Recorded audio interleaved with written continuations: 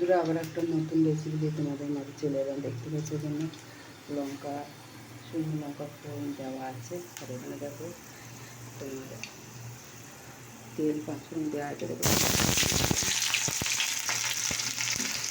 আর এখানে দেখো আলু করলা কাটা আছে।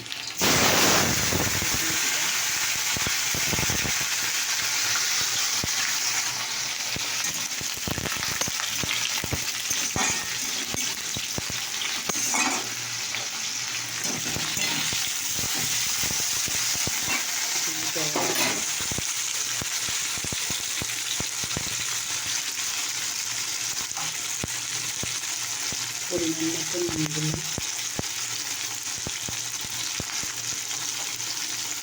পরিমাণ মতো হলুদ দিলাম এবং নাড়াচাড়া করে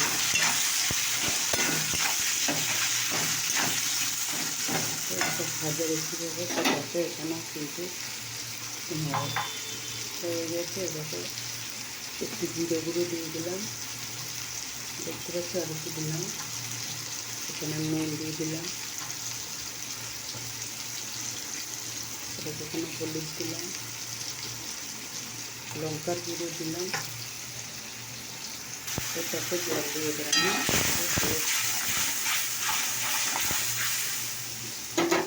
এটাকে দিয়ে দেওয়া হলো।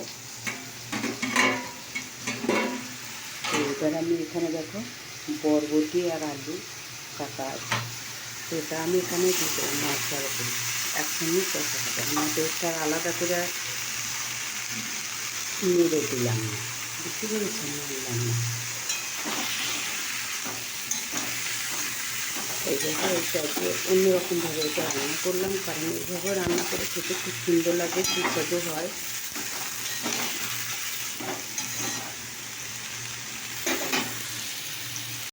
তো দেখো আমার করলা ভাজা রেসিপিটা হয়ে গেছে। তো দেখো বন্ধুরা, কষা হয়ে গেছে। এবার আমি জল ঢেলে দিলাম,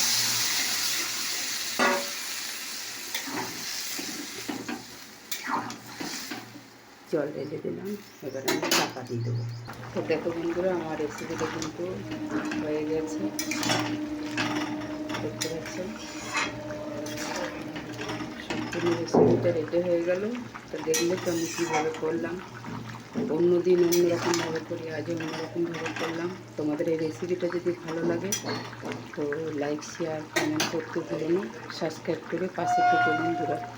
তো এটা প্রথমে দিয়েছিলাম তেল, 5 ফোড়ন আর একটু পেঁয়াজ কুচি দিয়ে, তারপরে মশলাটাকে মানে নিরামিষ টাইপই হলো, কিন্তু পেঁয়াজ দিয়েছি তো তাহলে নিরামিষ নয়, এই আর কি। তা তোমাদের কেমন লাগলো রেসিপিটা অবশ্যই কমেন্টে জানিও।